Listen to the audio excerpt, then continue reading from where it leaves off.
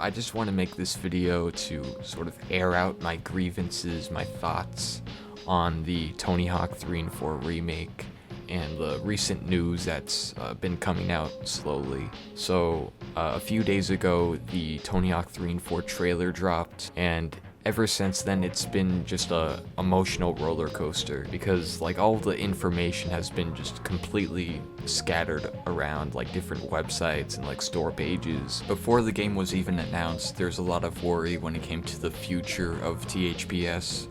Mostly because Vicarious Visions was absorbed by Blizzard in 2022. When that happened, the future of the franchise just wasn't very stable. We had no idea if we were ever going to get another game, or if we did get another game, like which studio would get it. This franchise hasn't had the best track record when it came to, different developers making new games. A big example of that is Robomodo. They didn't make like a single good Tony Hawk game. But then, the trailer dropped and it looked really good. Graphically, it looked fantastic. We saw like a lot of new things, improved Create-A-Skater, like more skaters in general. We got to see College, we got to see Foundry, we also got to see who was developing it, and it turns out it was this studio called Iron Galaxy. So they made games like Rumbleverse, Killer Instinct, Dive Kick, but the major thing to focus on is that about a month ago they laid off 66 employees in a last resort effort, which doesn't inspire the greatest hope. But the main thing that people are worried about, including me, is that recently it was announced that Tony Hawk 4 won't have the story-based campaign where you talk to people and you're given missions.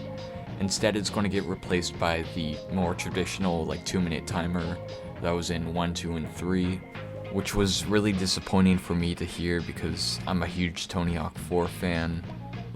It's probably on par with Thug for me as being one of the best games in my opinion. So hearing that just killed a lot of hype I had for the game. And some people have said that, we should just be happy that we're getting anything at all.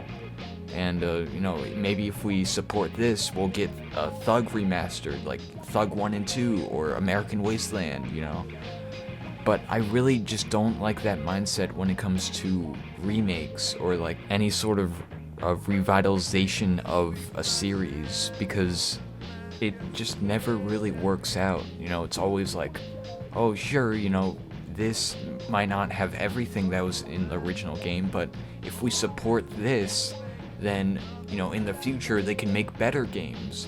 But I feel like by supporting this kind of stuff, you're just incentivizing them to cut corners when it comes to remakes. And, before I go on any further, I don't think this is a developer issue. I think this is purely Activision not giving them enough time or resources to fully recreate Tony Hawk 4.